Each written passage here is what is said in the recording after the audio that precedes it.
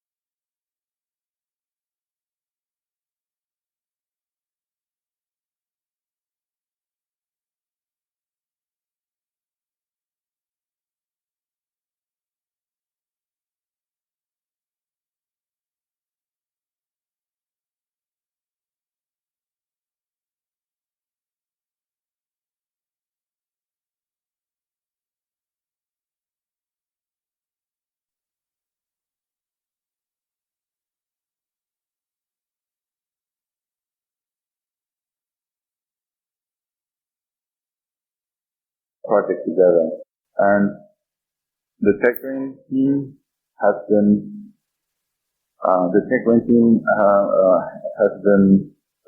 creating this whole project, and it grew really large. And to start from the actual exploit itself and make a fully fledged jailbreak out of it.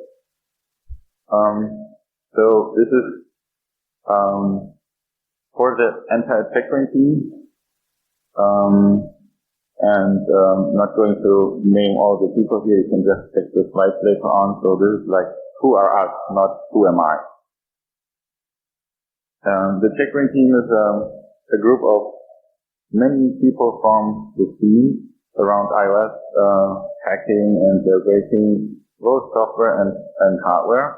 And it's actually, you might say, the best team of people that you could imagine to work with, given the single people's experience in different fields.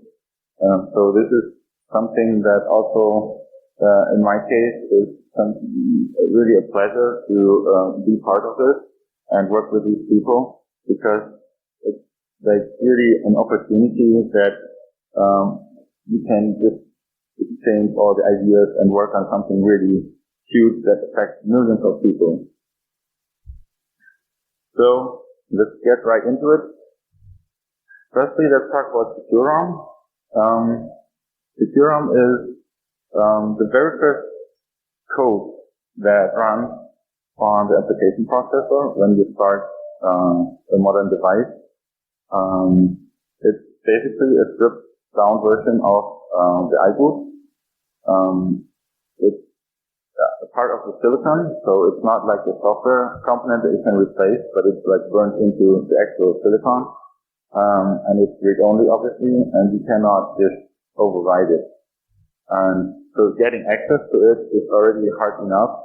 So the only way to do it is by finding an exploit, which is also not easy, and try to circumvent its protection.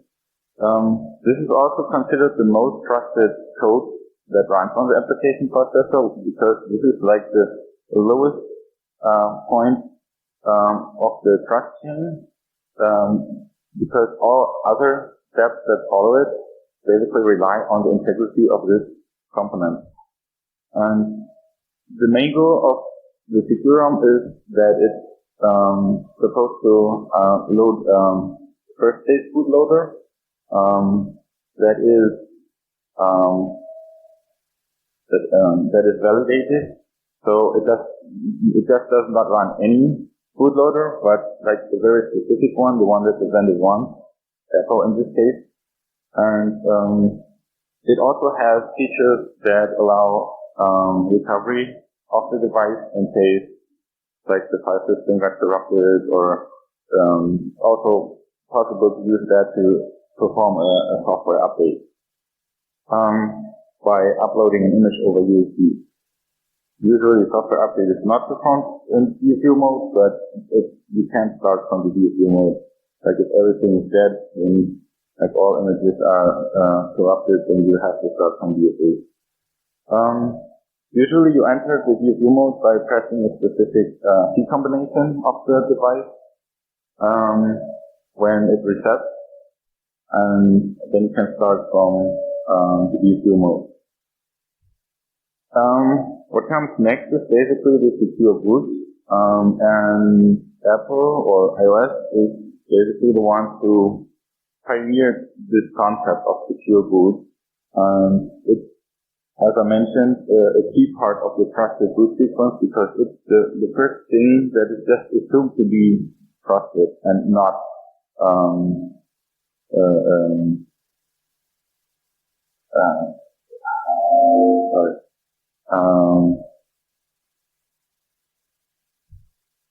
so it's the component that is supposed to be like integrity should not be corrupted. So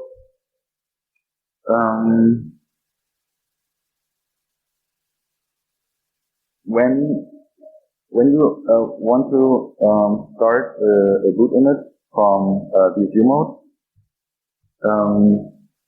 the device is validating the integrity, and this applies to on-disk images, like on a device that already has the software on it, but also it applies to in-memory images, except for really old iPhones.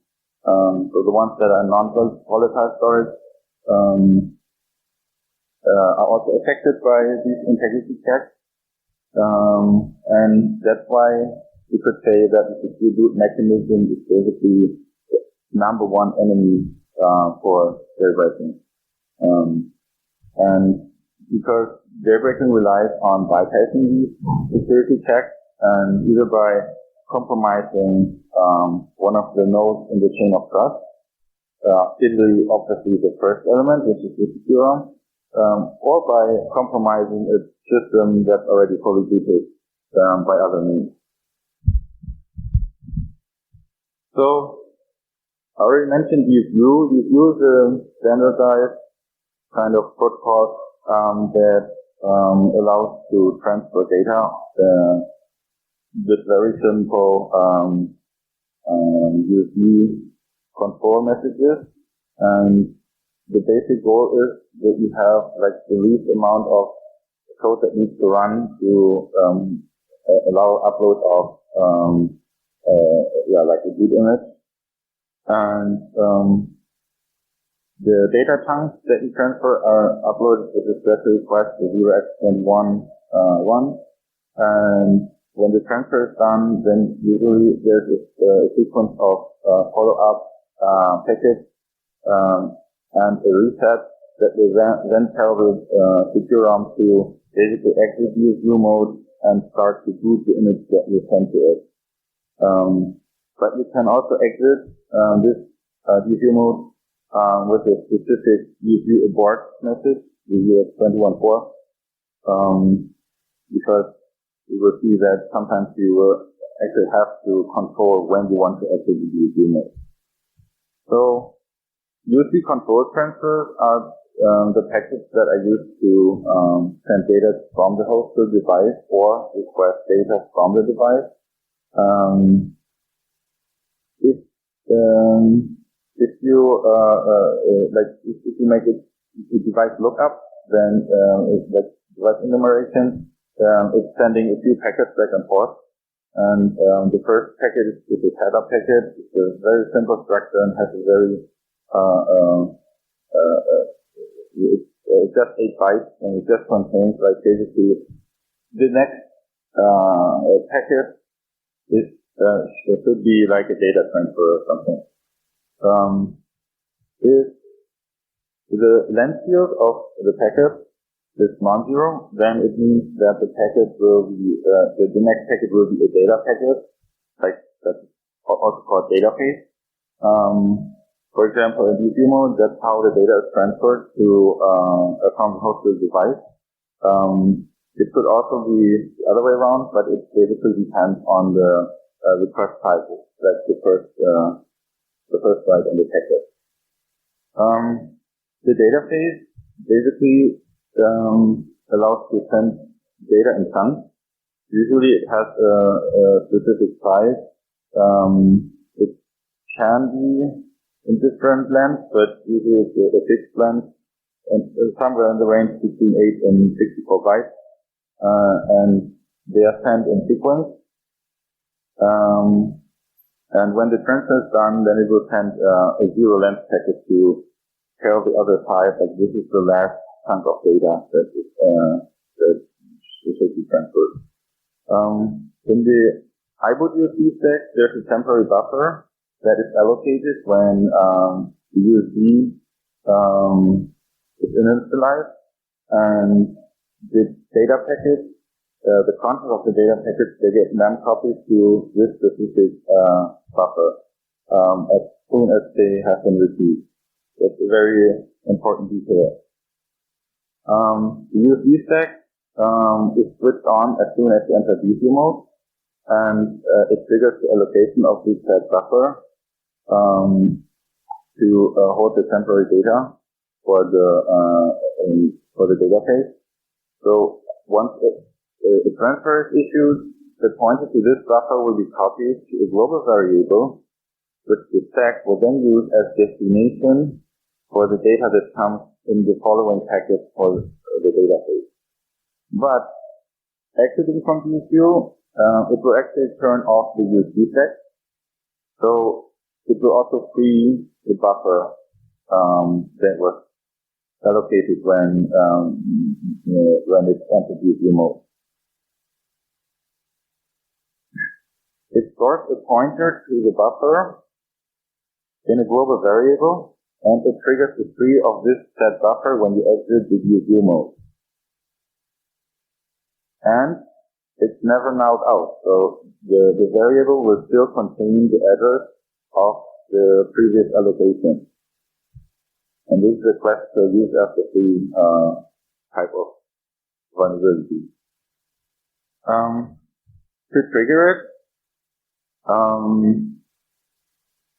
you basically have to start a control transfer, and with the data packet, like you have to specify the size, and then you have to interrupt the transfer, like during, like when it's still sending data, you just abort the transfer using a DFU abort.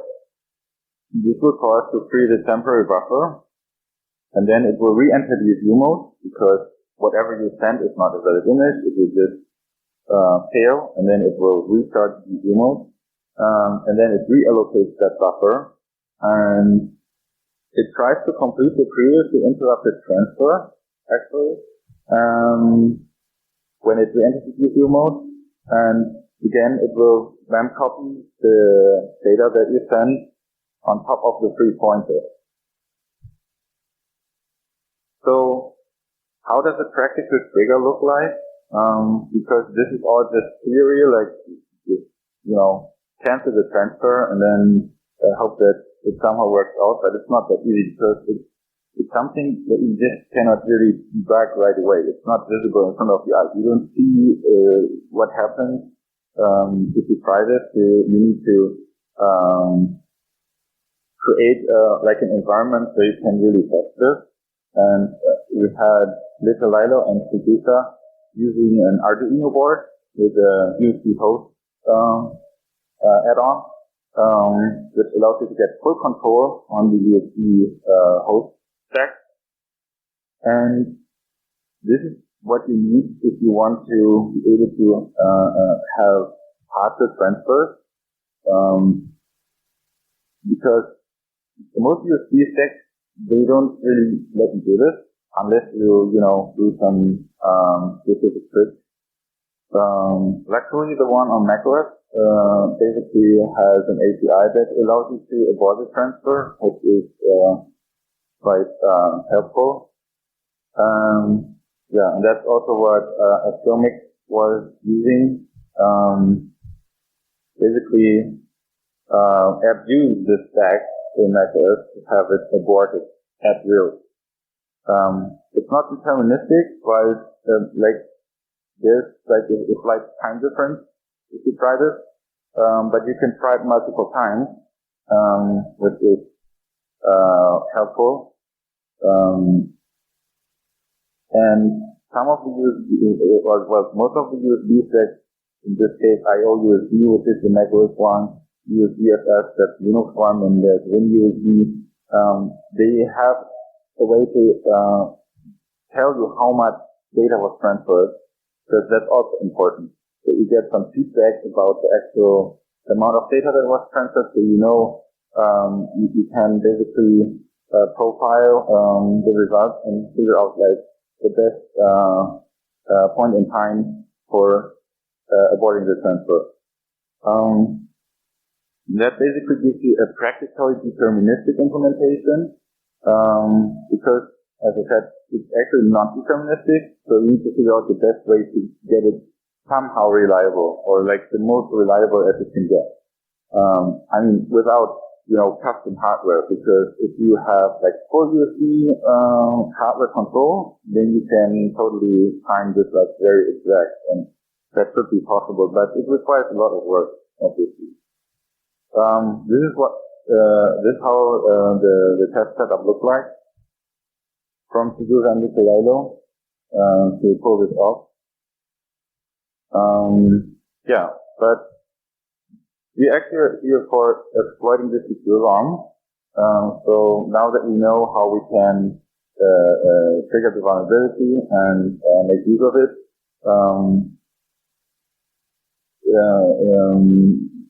we want to see now how we can actually make use of it.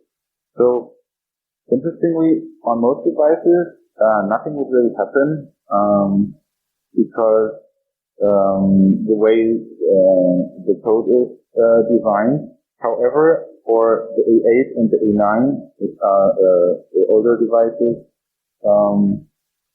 they have a bug in the actual the DFU handling code. The board functionality will basically leak a task structure whenever you do the DFU abort. And yeah, that's what the user and the analyzed.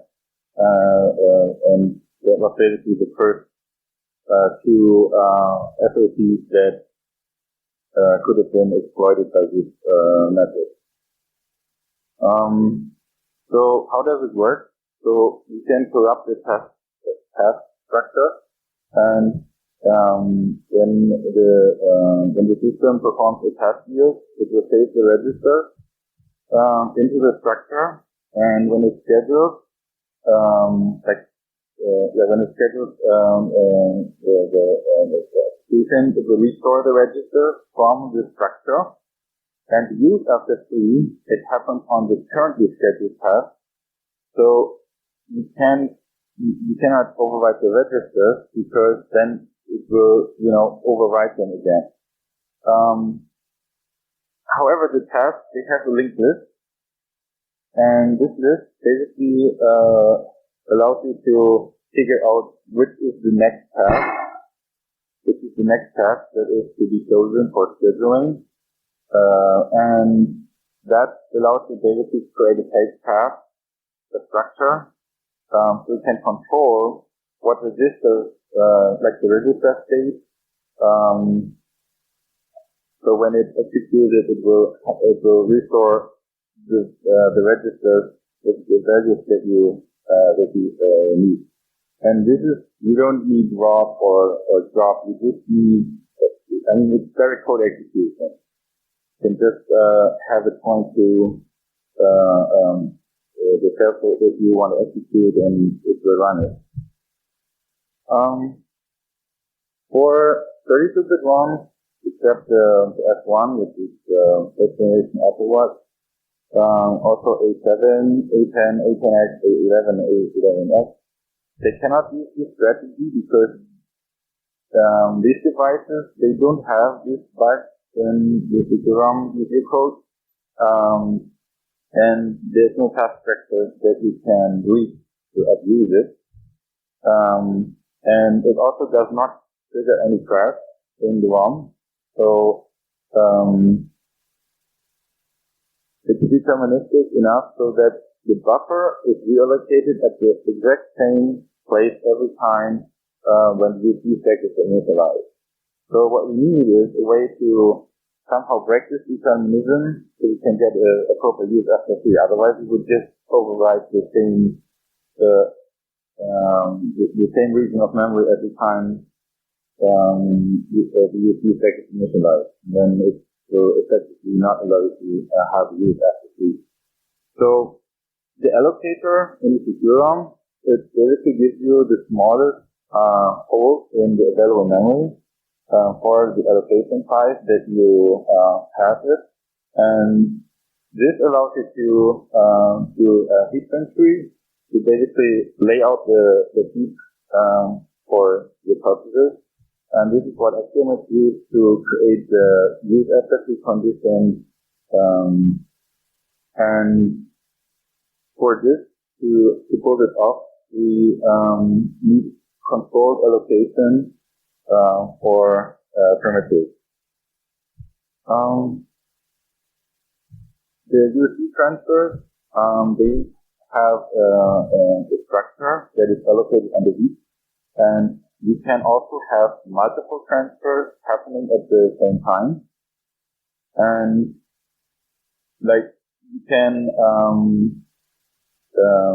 basically send multiple requests and then call the in endpoint. The device is waiting for more data, but you don't send it. And it will still keep them in memory for a while before disclosing them. And this is how you basically fill up the heap memory for a specific amount of time. And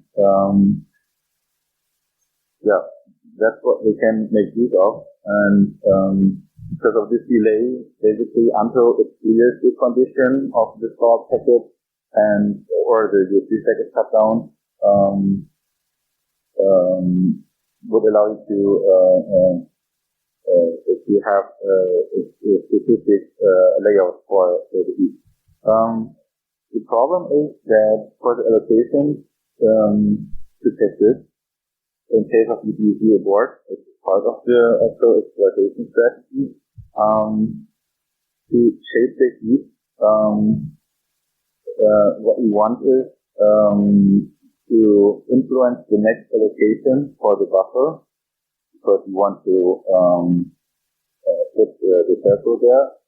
And there's a bug in the USB stack state machine that can be abused to basically have allocations that exist across the USB stack destruction and creation. So it exits USB mode, it destroys the USB stack, and then it enters USB again, it's recreated, and there's still portions of memory that are still allocated. And the standard device request structure sends the VLAN packet when the request is complete or when the stack shuts down. The problem is that when the stack is shutting down, the VLAN packet is never sent. It ends up being leaked. And this leak can be triggered conditionally as only packets that match the conditions will trigger this leak. For instance, if it's not a multiple of 64 bytes, then it will not trigger the leak. Only if it's exactly 64 bytes. The reason is because that's kind of a weird thing with USB. If it's like if the last packet has the exact size of the packet length, then you have to send the zero length packet. Otherwise, it will not accept the zero length packet, and that's why it wouldn't trigger the leak. So you can use this leak on the heap to carefully craft the state of it, and then we have basically a hole in the memory area that has a specific size that will be used for a subsequent allocation, and also each of the USB request structures that the USB code is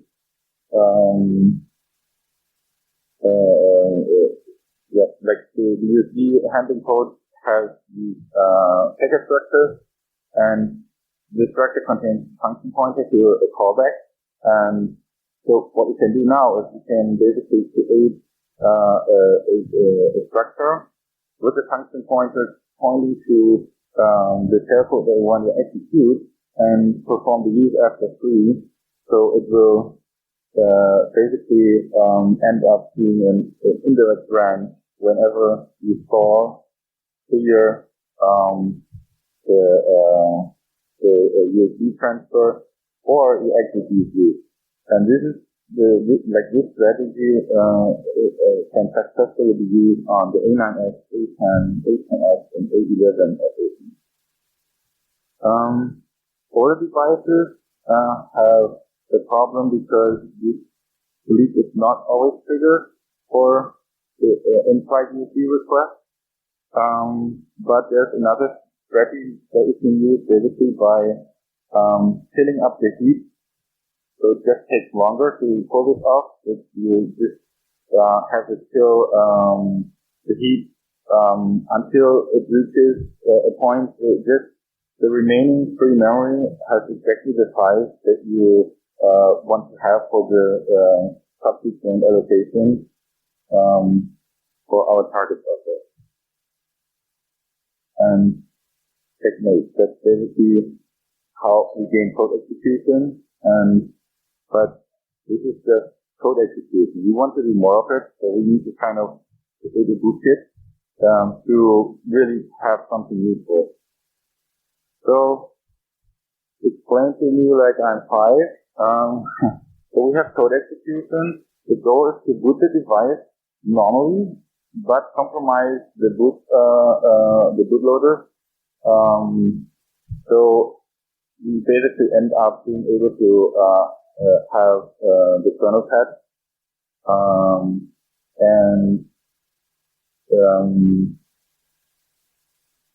so we can have basically like disable the protection, and but this is it's quite tricky because if you want to support multiple devices and multiple versions, you don't want to manage like all these offsets for all these different devices and versions. So what you need is a patch finder that basically dynamically finds the locations to patch. And because otherwise it wouldn't be maintainable. Like if you just think of one iOS version, there are like so many devices already that you would have to cover that it's really a pain. And then you have multiple versions, which makes it even worse. And then you have new versions, which you still want to support without, starting from scratch and getting all the offsets again. So, we need a patch finder. So iBoot makes use of a so-called boot trampoline, which basically gets the CPU state track to almost reset one, and it will wipe the previous boot image. If it's SecureROM, then obviously it's not wiping it, but it's disabling the access. It also disables NMU, and it wipes all the registers, including the XAD one, which is usually not used anywhere. So this is very easy to find if you just search for the move X80 instruction, because usually it's not present in any other code. And you can really easily write some shellcode that is locating this. But there's a chicken and egg problem, because it will wipe the current state bootloader. So it has to be relocated from the bootloader into some memory that is not wiped by iBoot.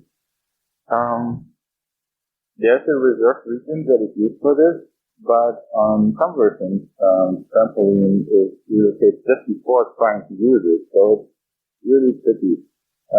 It's problematic because for the SecureROM, it's read-only, and we might get code execution before this happens, and in that case, it would mean it would write the bootloader, and we cannot make use of this tag anymore. But we can relocate the SecureROM into SRAM with SecureROM and also a CCVR0EL instructions in order to remap the ROM range. On some devices, we can use a 512 kilobyte area for this. We can put the whole ROM in it. But on other devices, it doesn't have that much free SRAM that we can use for it. So in this case, you could use some exotic strategies to basically, like resize the heap, to reserve more SECaaS as addressable SRAM. But all we need really is to remap one single page in order to alter the trampoline. So we don't need like the 4 image. And also we need to find the area where we actually want to set the shellcode. But we're restricted to the available free SRAM. And also obviously we want to do a normal boot, which also uses SRAM. So maybe we can use DRAM. The problem is when SecureROM is running, it's still not initialized. So the first level bootloader is actually in charge of performing the DRAM initialization.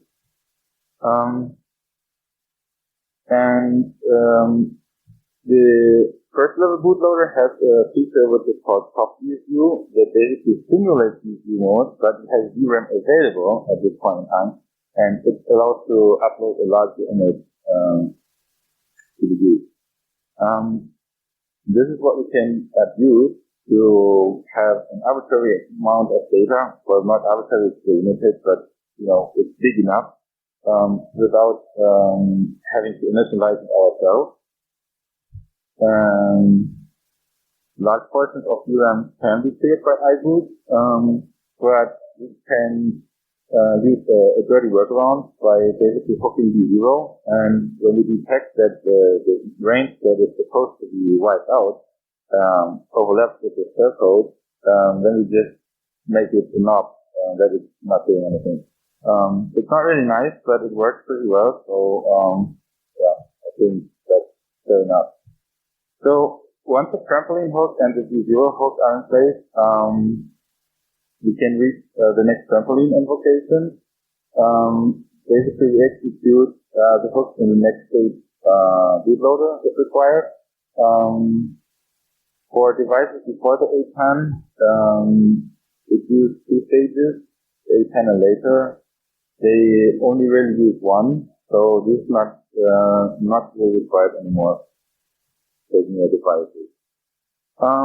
So eventually the bootloader will have the kernel prepared, and the trampoline will be used in order to invoke the entry point to the kernel.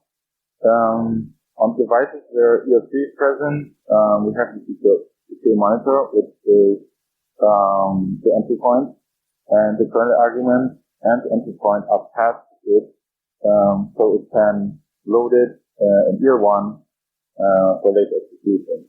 The hook that we perform on the trampoline basically means that we overwrite the branch target into the shellcode that we uploaded, and then we pass it the original value in a register that we prevent from being cleared, and then get it to execute, and we can now patch the kernel. If we have shellcode, we can make it jump to it, and we run the shellcode.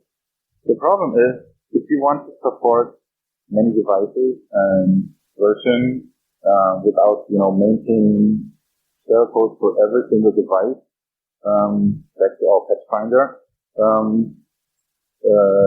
the problem is the way you have the test trampoline to get the code execution. There's no MMU or testing enabled, and if you think about that, the kernel image is really large, and it will be just too slow for a viable effect. Because it needs so many memory accesses, and that basically parse like the whole kernel image, and that takes pretty too long.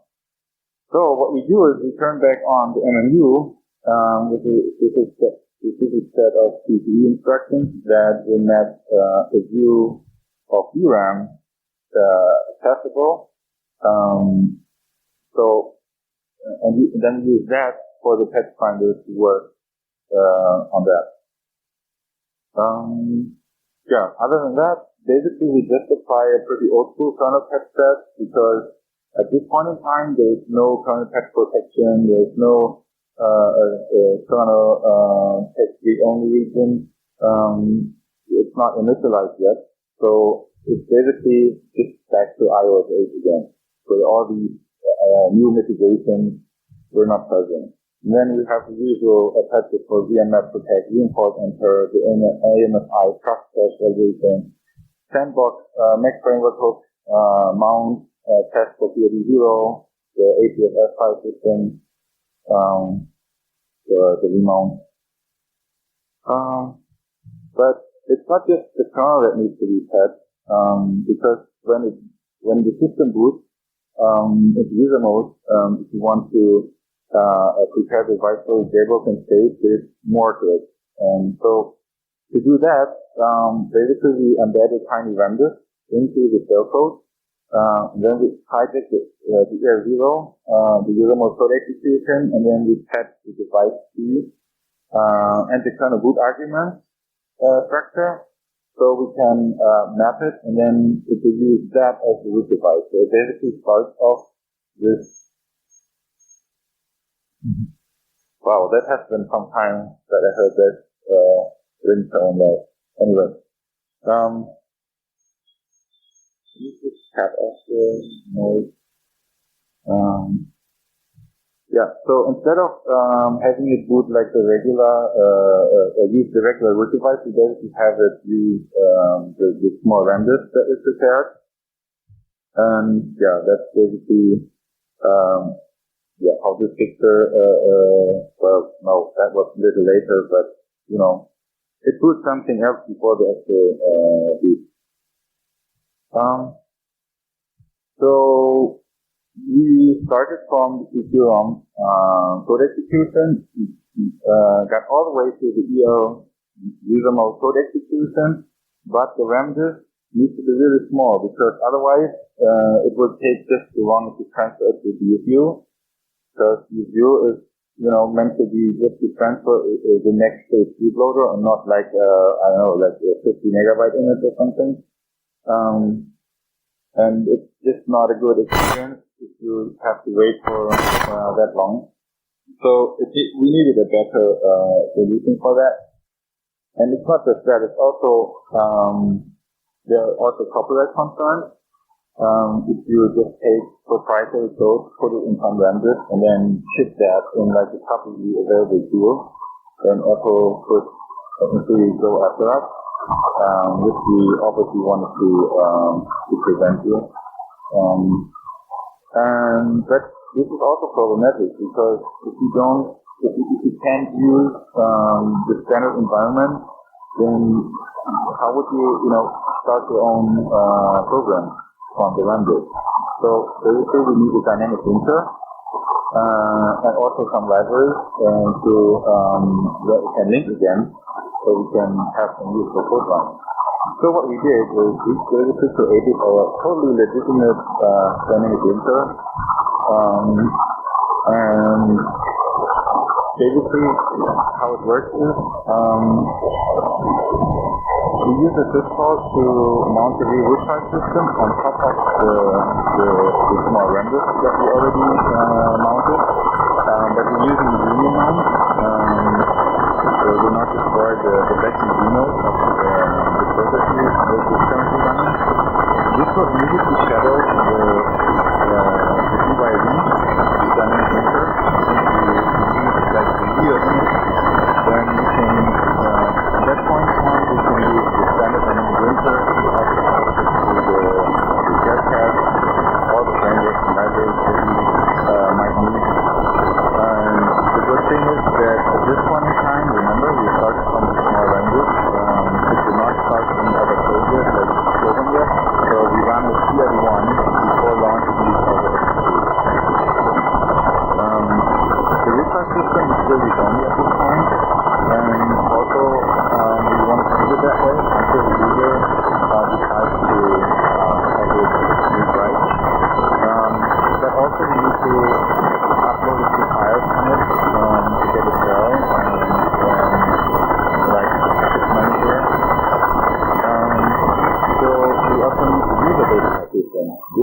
more tricky than you might think because there's data protection, which basically means the user file system is encrypted and until the system is properly initialized, you will not have access to it.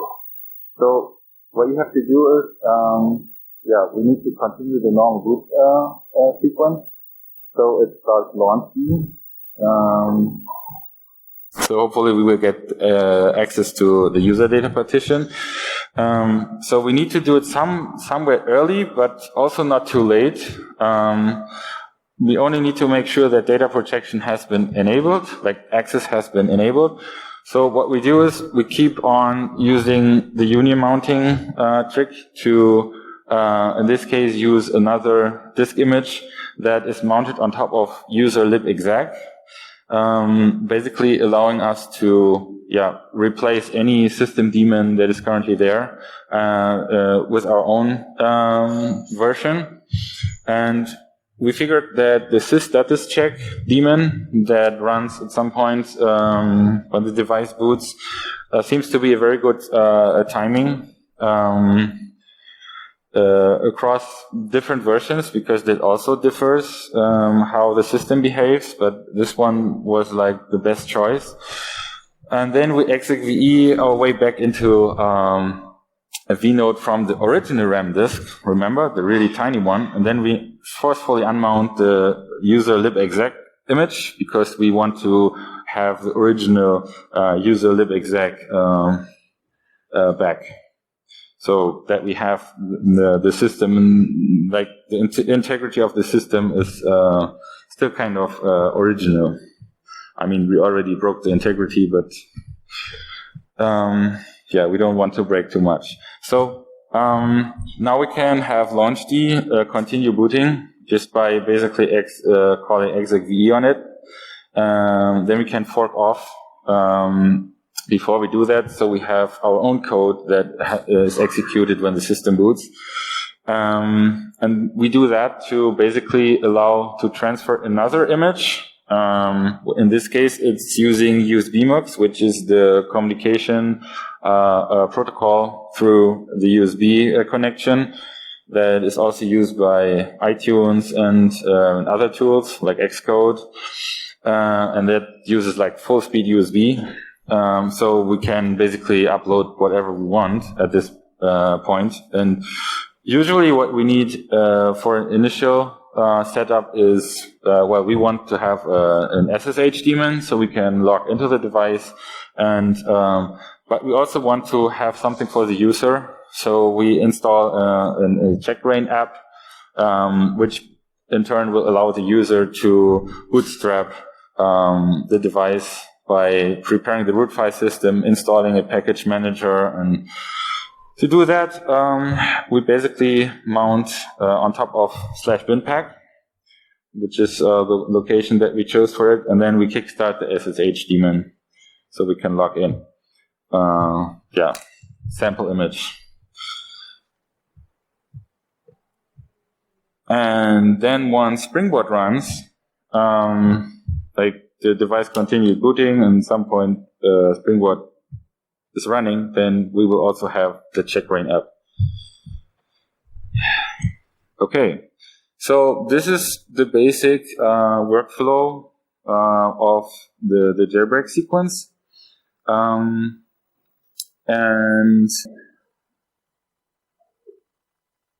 when we created this jailbreak tool, we started with the macOS version, because first thing is we had the background research from Axiomix that demonstrated that you can easily use the IO USB stack on macOS to pull off this attack.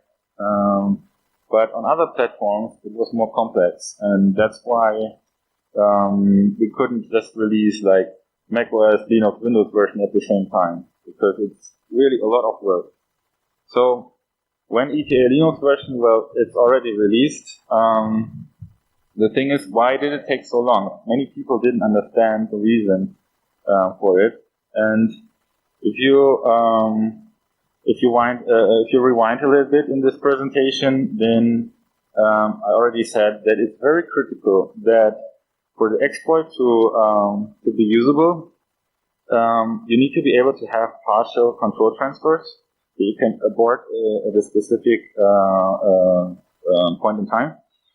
And the thing is that every platform is handling this differently, and it really requires some research and some tricks to get it to work on Linux, and in a somewhat reliable way. I mean, it's worse than on macOS, and it also depends on the hardware. For example, the Raspberry Pi 3 or the Raspberry Pi 0, the USB controller is the way it's exposed to the running system will not allow it to perform the host-side USB attack. It's not that it's not possible at all, but it would basically require to directly talk to the actual USB stack, and it's just not it's just not something that you really want to waste time on. So basically, you have to go for a different hardware in this case.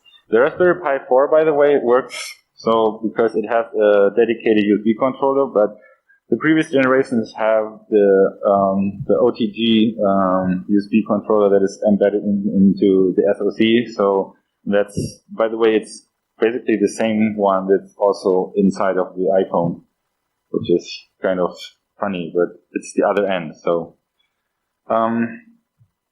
yeah, and it's not just that. It's like this project has become so huge that you make so many weird mistakes. Like someone works on some code, and then someone else is continuing to work on it, and then you create some weird things like, oh, you can't really see that. Well, you will see. You can see it in the PDF that you can download later on. So basically, these are 3 commits that I just looked up because I remembered this was like, why is this thing not working? That's crazy. It was working, and why is it not working anymore? And then it turns out there's an strcmp which is using the wrong size, and then I changed it, but it has a double negation in it, so it's like, you know, I fixed it incorrectly, and then I fixed it, but it turned out that this fix was, the compare was working, but the actual code wasn't actually expecting to get all these devices. This piece of code is basically telling us, oh, this is a USB device, so let's check if it's an Apple device, and so on. But this was just giving us all the devices, and basically the last commit on the right, which you cannot really see, has like it just drop all of it and you know, have it search from the start. The previous compares were just looking for something that would never occur. So I was assuming something is wrong in the exploit, but it wasn't the case. It was just not finding the device at that point. And if you take like a few days to figure out why it's not working, it's like really disappointing sometimes. But that's how it goes. It's not also, it's not just like simple human errors. It's more because Linux is very different, and it's a dependency hell if you want to support multiple platforms. And if you want to make a universal app, like, you cannot just support all of them in an easy way. The reason is that usually there's also licensing issues that you have to take into account. So, I wrote like 3,149,377 easy steps. That's obviously just like a made up number, but it took really a long time to figure something out, and we basically said, let's just focus on a small number of platforms that we want to support by using GTK3 with some in a package that the user can install, but still conforming to the licenses. But for the broader audience, like general Linux usage, the solution that we came up with was a static build that still complies with all the licenses. So TechRain 098 shipped with an ncurses UI, and also WebRain, which is like using ncurses but makes it available through the web browser, which could be really interesting to use on like embedded devices. And this is something that Danny Lizansky and me spent lots of time on to get this UI working. The idea basically started at the CCC Congress last year. Or shortly before, but I spent quite some time to create the UI. But it turned out that was the best choice that we could make. When ETA Windows version. So this is still being worked on. The exploit itself works, but it needs still some work to package it up properly, to make a UI that is comparable to the quality standards that we made up for the other versions. Windows uses, for the Windows version, we're using USB-K stack for the DFU part. It also supports like the partial control transfers that we need. And the release is coming, but it's ready when it's ready. I cannot say it will be ready tomorrow. I was hoping we would finish it until today, but it still needs a bit of work, unfortunately. But well, we have the other versions, and who's using Windows anyways? So but what's new with Checkra? Like what has happening in the past months? So I already mentioned that we published a Linux version with 098 with ncurses and WebRain, and it now uses pongoOS. And also the kernel patch finder is a Pongo module. And since 0981, Checkra also supports to load custom images that would be used instead of pongoOS. Like you can create your own operating system if you want and start there. And also the internally used one, starting in this version, supports to load another custom bootloader. Well, and this is another slide. So what's pongoOS? I just mentioned it. pongoOS is the mini operating system, the name of the mini operating system that we came up with. It's a custom, really small, modular, low-level operating system that starts from DFU mode. Specifically for Apple hardware. It allows to bootstrap the device for other operating systems, and it's also open source since a few days. And we're still working on that to get more device support, and there will still be a few updates coming for this. And also, we already have like a Linux that runs on top of pongoOS. And in a further development cycle, there were a few people that came up with another idea to, create Android for the iPhone. And this is what we basically supported with the latest version. So you can now have Android on your iPhone. Because why not? So let's check out a few demos. We have like 3 minutes left or something, or 2 minutes. So I have like 3 demos, and they are like 2 minutes each, or 1 minute something each. So I think that will be okay. So the first demo I want to show is a battery-powered mini computer. It's the NanoPi M4, which comes with nice features like USB 3 USB controller, a dedicated one, not one of these integrated crappy OTG ones. And also it actually has an NVMe adapter, so you can put like a SSD in it, which is quite nice. But that's not used for this scenario. So let's see. Okay, yeah. So no Checkra app there. I'm logged into the Wi-Fi of this NanoPi, and I'm starting the command line version. the Ncurses UI version, which will now put the device into recovery mode first.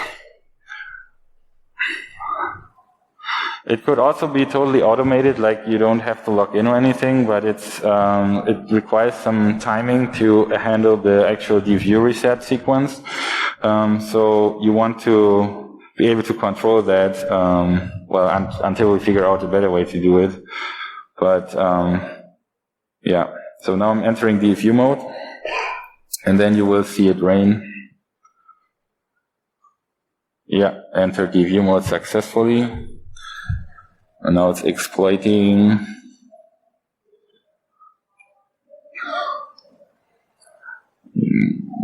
There you go. All from the custom Linux version on the NanoPi. Okay. It will now boot into the normal operating system, and then, yeah, all done. And then you can see the checkrain app. If I managed to find the home button. Yep. So that worked. Okay, next demo. That's actually the Windows demo. That was first showed at Bluehat IL about a month ago, yeah. Or like 2 weeks or something. You can see it's still like using text mode for the actual procedure.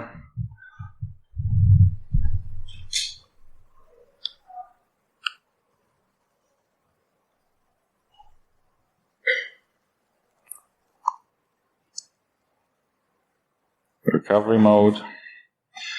Now it will go into DFU mode. By the way, there's also something really critical to this exploit, because people seem to assume that it doesn't matter how you enter DFU mode, but it turned out that it's very critical how you enter the DFU mode, because it can end up in a state that is not clean enough, and then the exploit might fail. So it still requires like the best way to enter it, which is what we implemented in the actual app to have the most clean state for the exploit. Okay. Yeah, the exploit already worked, and the device is booting. Quickly write down the passcode. Yeah. And there's the checkrain app. Okay, and one more demo, and then we're done. We can have Android on the iPhone, and let's check it out. So I already did the first part, which downloads the image onto the device for later use. But it took like 14 minutes to download on the slow hotel Wi-Fi, so I don't want to keep you waiting with that. It basically creates a partition on the device, puts the NAND image, the Android NAND image on it, and then when you run the actual start sequence, it will use the checkrain app to enter pongoOS, drop to the pongoOS shell, and since we added the new capabilities to allow uploading boot images over USB in pongoOS shell mode, we can have it upload from the command line here. We can have it upload the Android bootloader.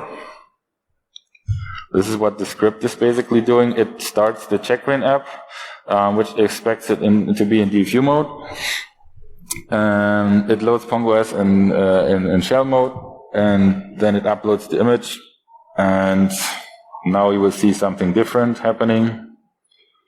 This is just pongoOS for now. I first thought it failed, but there you go. 2 cores, Linux boot.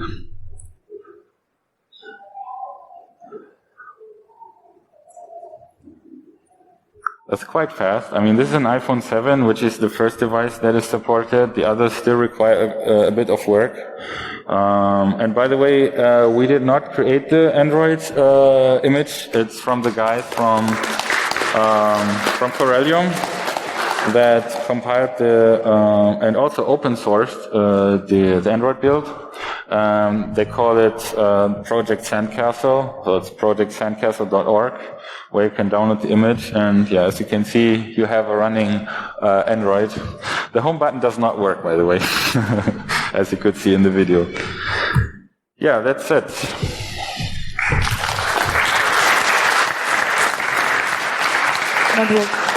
Thank you for sharing your knowledge. Any questions?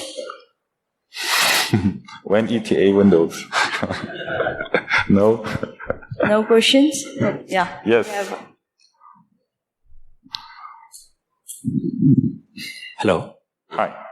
So, as per ARM trust zone architecture, it says that there should be dedicated RAM, memory, and bus for the trust processing. But here we are seeing that only ROM is separate and buses, registers, and all memory is being shared. Because of that only we have this path for exploitation, right?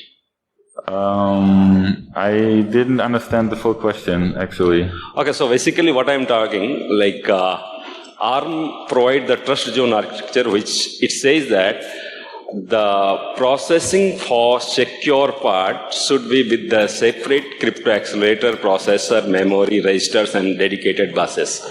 And general purpose OS and hardware unit can only request for, okay, just verify me whether I'm right or not. Just tell me whether these things are trusted or not.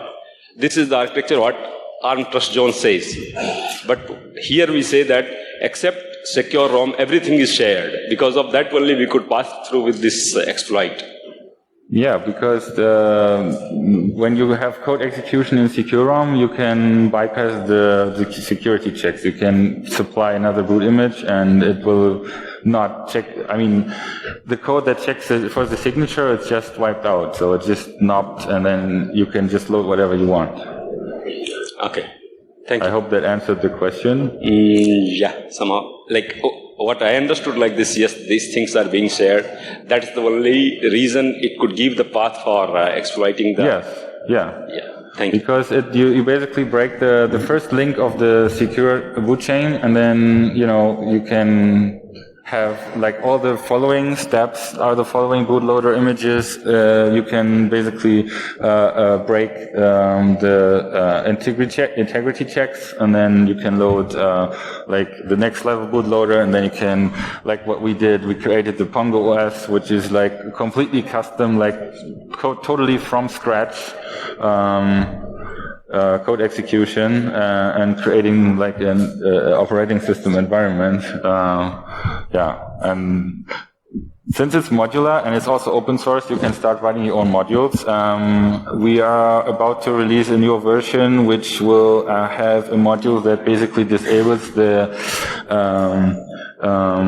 or re-enables access to the AES engine, so we can use that to decrypt firmware images, which was something really critical in the past, because, as you see, you need an exploit to actually get access to it. Because the first thing that it does, it will disable access to the AES keys that are used for the firmware signing, so when the device is booted. And this patch will basically allow user mode access to these keys. So quite some interesting changes coming up, research-wise. Yes. Any more questions? No. Okay. Thanks for your time.